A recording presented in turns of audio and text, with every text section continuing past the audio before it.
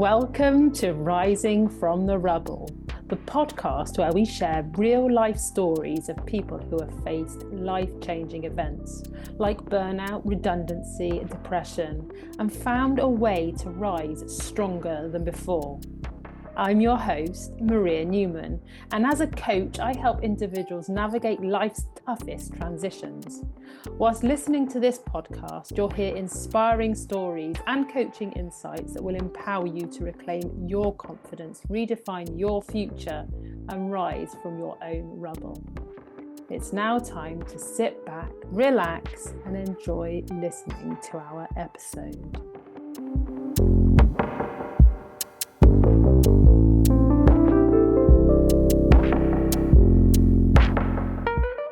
Everybody, and welcome to Rising from the Rubble. Hello, Robyn, and thank you for joining me today. It's lovely to be here. I'm really looking forward to this conversation. Yay! So, what makes your story meaningful to others? Relatability. We all go through massive transitions which rock our world and shake our foundations. So I think, it's that relatability. Who will benefit the most from hearing your story? Anybody else who is feeling profoundly challenged and feeling that they're going through a transition and they've lost sight of who they are and where they're going. And what's the most important takeaway from your experience?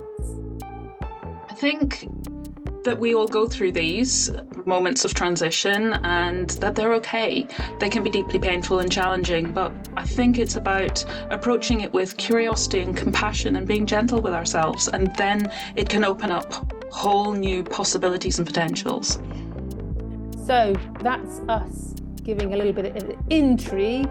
Robyn, tell us who you are and what's your story. So I am Robyn, and I come originally from Belfast, and I was born right at the beginning of the Troubles, which is a large part of my background, but also a challenging upbringing, because my parents, my dad was an interesting character, and my mum, I think she was a long way from home and didn't have that family support around her. So living with my dad, as I said, was challenging, and in the end my mum said enough is enough. She decided initially she was going to stay together for the children, but she decided enough was enough, and when I was 13 and my brother was 10, she asked my dad to leave. And following that and all that led up to that, I swore never. First of all, I probably was never going to get married. I had no intention to get married at all, and if I ever did, I was never going to get divorced. Fast forward a few years later, and I had married somebody that, in hindsight, probably it was not my best decision, because I think when I was in the run-up to that decision and then marrying him and what came after, I was not in my best place. I was not really aware of who I was, what I wanted out of life, what was the best fit for me. So I married, and in the end, it wasn't very long marriage. We were married for a year and 3 months, and I just said, I can't do this anymore. For my own health and sanity, I cannot do this. So I asked him to leave, which did rock my world, shake my foundations, because all of a sudden I wasn't who I thought I was. Having made those promises to myself, I will never do that to myself or to somebody else. I was doing that precise thing I'd sworn I wouldn't do. So it called a lot of things into question for me. Who I am, what kind of a person I am, how the hell could I do that? How could I do it to me? How could I do it to somebody else? So on the lead up to actually getting married in the first place, at that time, so forgetting hindsight, as far as you were concerned, were you doing the right thing for you? I was doing the right thing. I thought it was a good choice in as far as anybody can know. But I didn't know myself very well. I wasn't in a good place at the time. I had a lot of other stuff going on, which was re-triggering a lot of other stuff. And so, yes, I wasn't in my most balanced and connected self to be making lifelong decisions. So where you were, was getting married a way of solidifying something and giving you stability, or what was it that made you make the decision to go ahead with it in the first place? It probably was that. It probably was a sense of wanting to go forward with somebody and hoping for a shared journey and connection and future adventures, but it didn't turn out that way. And that's something that we all want, isn't it? When we find a partner, we want a shared experience. We want someone else to see us and enjoy the experience with us. So, was it a bed of roses to start with, or was it not? Good. I was happy. And I think also there was an element. I mean, I remember one day walking through a park with a big grin on my face, and what am I doing? Why do I have this big grin on my face? And I thought, I'm happy. Oh my goodness, I'm happy. I wasn't particularly happy in my course. There were a lot of challenges within that. It was a great course. I learned a lot, and it has stood me in good stead. But there were a lot of challenges at the same time.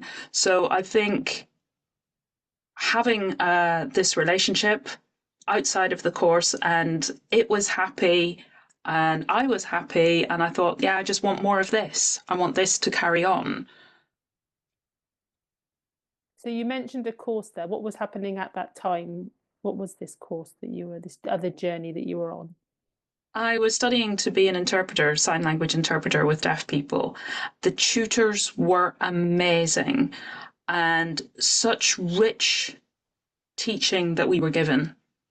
And it really was the top. There were very few sign language courses available at university level at that time, and this was one of, if not the best, with the best people. They did their own research.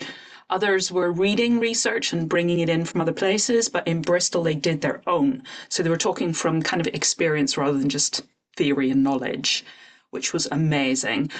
But at the same time, there was a lot of politics kind of going on within the university as a whole and within the department in particular. So that led the whole of my cohort actually to feel like we'd lost confidence rather than built confidence. So on one hand, life was really good. You're in a relationship, you were happy. And then on the other hand, you're studying and you're trying to deal with an environment that is the opposite. And also because of some of the politics within the department, I was being re-triggered back into what it was like living at home. So there was a particular person in the department who was quite a bully, who reminded me of my dad and the challenges I had growing up and the inability to have my own voice. So it was like feeling that was being taken away again, which I think led on to the fact that I didn't make very good decisions because I was just feeling like some little small person with no voice and no ability to make good, long-lasting, far-looking decisions. It was all just kind of get me through this moment. So reinforcing the beliefs that you had picked up through childhood and stopping you from actually moving forward. Yeah, yeah, leaving me feeling like a small child again, I guess, and just make decisions for me. Just I don't have power and control in this situation. Which we all go through something similar, don't we? We collect beliefs, whether they are actually ours or they're given to us from other people throughout our lives. So that's not unusual. It's just how you respond and react to those beliefs and whether they are given more weight and more power, or whether it's like, oh, well, that's irrelevant. Yes, and I've just read a really interesting book called The Five Personality Patterns by Stephen Kessler, where he talks about the coping strategies, I guess you could call them, that we learn, and depending on when we develop them in life, how we can get stuck at certain developmental stages. I think I was stuck at quite an early one. If you're able to develop and then you maybe get stuck at a later one, or you don't really get stuck in any of them, then you probably make better choices because you have more of a sense of who you are and what is right for you, rather than just, I'm following a pattern, which I was. So you're in life, you're on shaky ground because you haven't got a strong sense of self.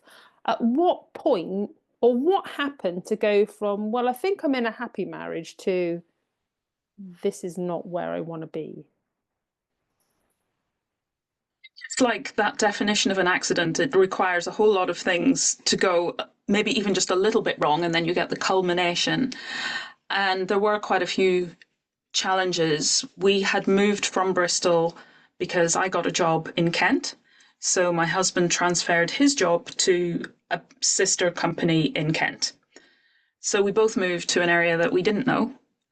And we were renting, and then we had to move out of the rented accommodation all of a sudden because the guy said, I want my flat back, which was at Christmas. So that was great fun. And he wasn't enjoying his new job. I wasn't enjoying my new job because, again, it was very challenging. There were aspects of it that were good, but some of it was not at all good. And then his dad died all of a sudden, had a heart attack. So we ended up moving back to Bristol, and I was working at the department where I'd studied.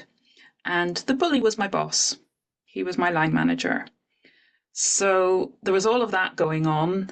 And because my coping strategy and what I had learned growing up was just get on with it, put your head down and carry on. Don't talk about it. Don't discuss things. Just grit your teeth and carry on. And my husband's coping strategy was just, he went within himself as well. So we weren't really communicating. And he had some health challenges, and he started to, he wasn't violent, but he would come in and bang around, and he like banged the bin one night and broke the bin, and just out of frustration because he wasn't well and his job was, he'd had to leave his job and find another job, and it wasn't going well for him. So we had all of this stuff going on, and because we weren't communicating, we were each doing it in a little bubble and going kind of pulling apart. And I can't do this anymore. So you must have found the courage somewhere to say, okay, then enough is enough, especially as you've already told us about how you had that strong belief in yourself from your childhood that, you're the little girl, you can't make decisions. Where did that strength come from to say, this isn't right? Actually, the best thing is to go our separate ways? Because many people obviously stay in relationships knowing that they're not right, yet it's easier to stay than to leave. Yes, absolutely. And I think that had kept me there that long because I couldn't face the thought of rocking the boat and leaving. And how was I going to cope on my own? And I think there were a lot of factors, but I think it's that thing of just when you get to the end and you just, I can't do this. It wasn't necessarily courage. It was just, I can't.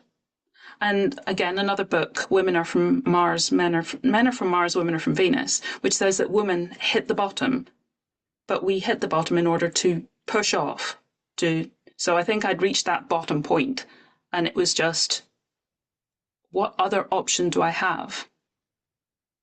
I cannot do this anymore.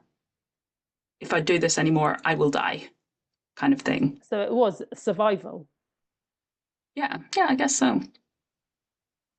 And how did you broach that conversation? Because, instinctively, we don't like to have uncomfortable and awkward conversations. How did you initiate that discussion? I remember sitting on the sofa, which was at the bottom of the stairs, because it was an open plan house, and I literally felt something in my chest go. So it was like my heart broke. And he then came down the stairs, and I just said, I can't do this anymore. I literally just said that. And I think having got to that point, and my boss in my first job, who was amazing, he used to say, until the pain of not doing anything becomes more than the pain of doing something, we'll stay in whatever situation isn't serving us. So I think I had got to the point of it's too painful to stay. It's less painful to make a change. So in that sense, the fear is gone because it's dwarfed by the fear of staying. So I just came out with it. And then, so after the event, after you'd separated, and how did you like build yourself up? Because now, you know, the woman I know is a very confident, grounded individual.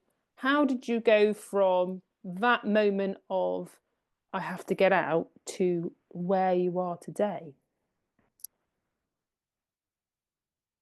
Support, a lot of good people around me, but also a lot of soul searching, because I went down before I came back up again. Having thought I was at the lowest of the low, I then went through all of that soul searching. Who am I? How the hell could I do that? Because that came after I'd actually taken the leap. And I had that kind of space to reflect and go, what have I done?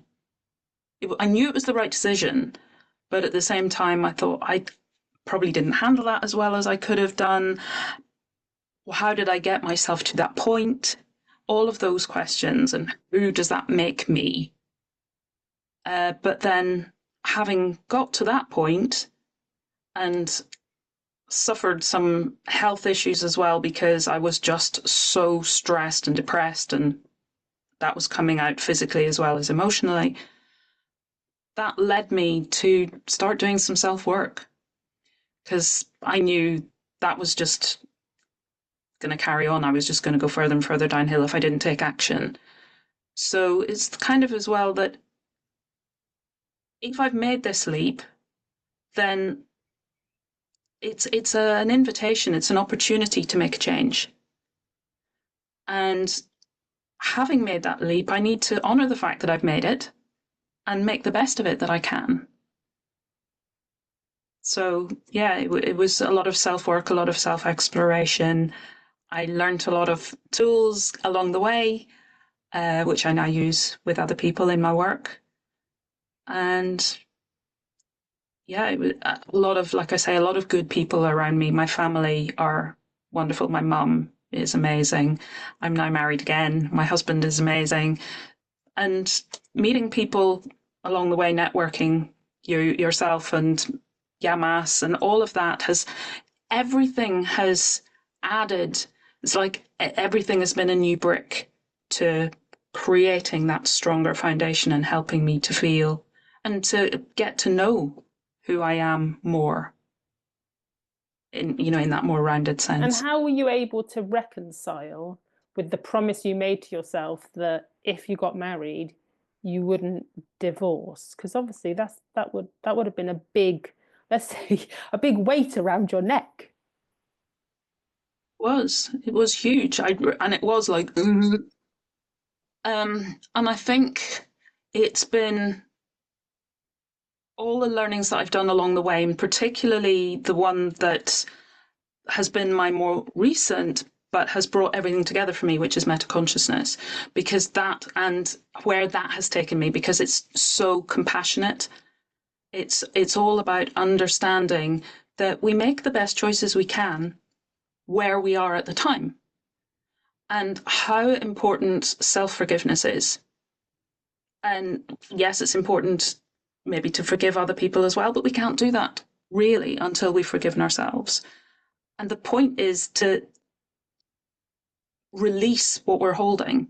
That's what forgiveness is all about for me. So it is the inner stuff first, and that flows out then if it needs to. But yeah, it's learning that compassion, learning how important it is to be gentle with ourselves and to understand why we made the choices that we made. We didn't make them. We didn't try to set out to hurt anybody. But it's how things went. And it wasn't just one person in the situation either. It's remembering that there were lots of factors. I wasn't responsible or in control of all of it.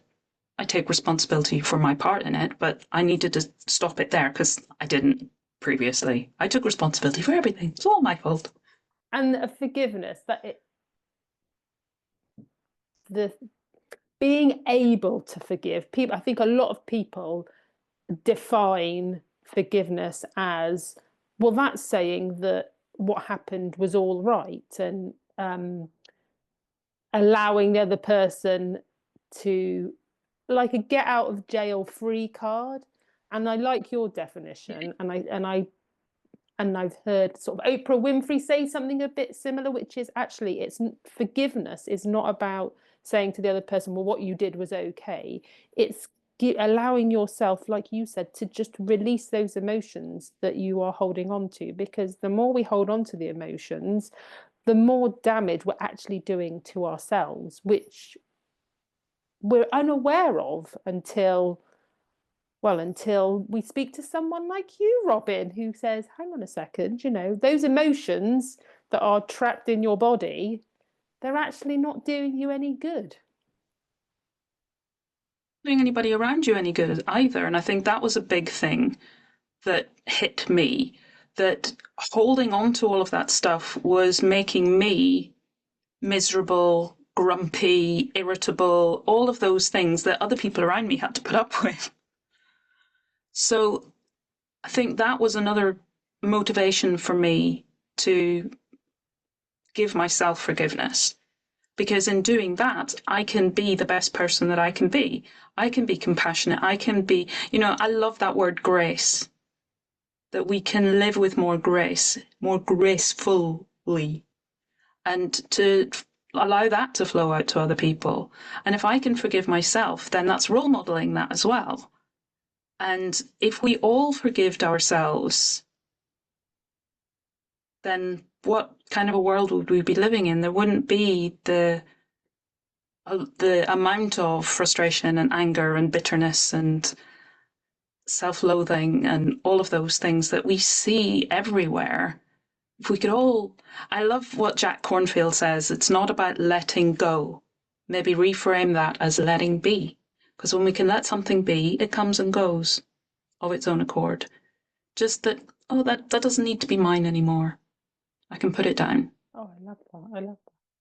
So there'll be individuals listening to this podcast who will be at that position of, it's not quite painful enough to leave, although they'll know that at some point they're going to have to make a decision. Based on your experience, what advice would you give them?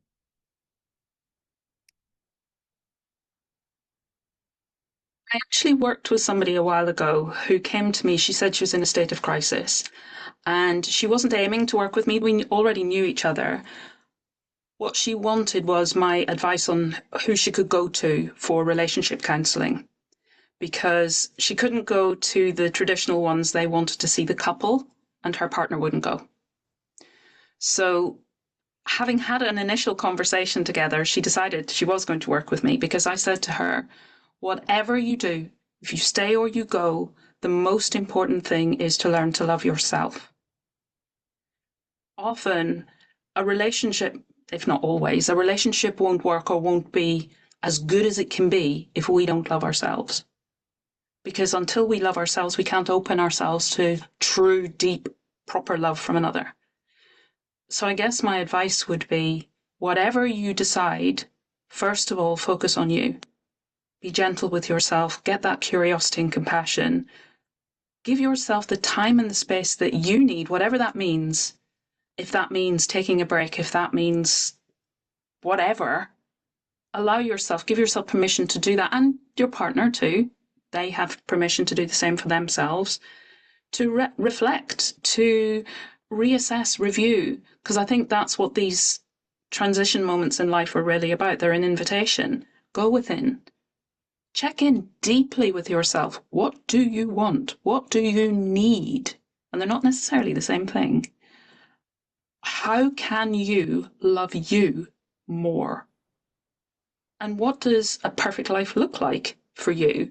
Perfect relationship, or a really, really good relationship. Nothing is ever perfect, is it? Because there's always challenges and always stuff going on. But yeah, it would be, get clear on what you want, get clear on what you need, get clear on what is a perfect or wonderful relationship for you, and learn how to love yourself.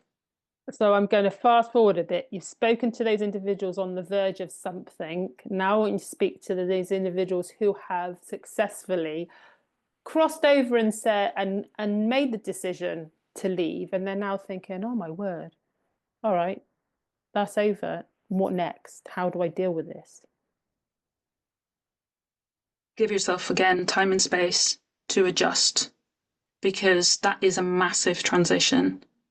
And you've gone from being one of a couple to being a single individual, which is, again, big transition, but a wonderful opportunity to stop.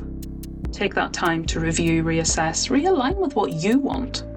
A lot of people, and I was one of them, when they're in a couple, they lose sight of who they are. So when, I don't know if this is general, probably isn't, but quite often when we come together, we see ourselves as, oh, I have to compromise, and particularly I think the woman, I have to compromise. There's certainly, when I was growing up, there was a thing that the man is the man of the household, and the woman is there to serve the man and to raise the family, versus we're two individuals. We each bring our own richness. So then when you leave that, if you have been somebody who lost yourself in the relationship, now is the time to re-find who you really are. To explore that, to see it as an adventure, and to find what you want in life and have the opportunity to create that for yourself. It can be seen as an exciting time. Yeah, and that takes time. It's not necessarily you leave. Some people might, because different people have different experiences of leaving. But if you're somebody who's finding that just can't even imagine what it's going to be like to enjoy life, see it as an adventure, that's okay. Give yourself the time and permission just to get to know you and to love you. And then the rest can come. So we're actually coming towards the end of our conversation today. However, I have 2 questions for you. The first one is, what 3 things do you want people to take away from this conversation? Be curious, be compassionate, be gentle with yourself, and learn how to love yourself. That's kind of 4 if you look at it that way. But great advice. And finally, people will be listening to this conversation thinking, Robyn is amazing. I need to be in her world. Please make it easy for them and tell us how others can connect with you. They can go to my website, which is currently, though this I'm thinking is changing, but I'll still keep it so that it redirects, equenergy.com. So EQUENERGY.com. And if you work through the tabs at the top, you can find, there's a contact me. It gives you any way that you want to contact me. It gives you my social links. It's all on there. Well, I'd like to thank you, Robyn, for sharing your story and being open and honest with us today. Thank you, Maria. It's been great to be here. And I hope that some, at least, of what I've shared is of help, reassurance to anybody who's going through this. Really can be very deeply challenging, but it can also be wonderful. And thank you, everyone, for listening.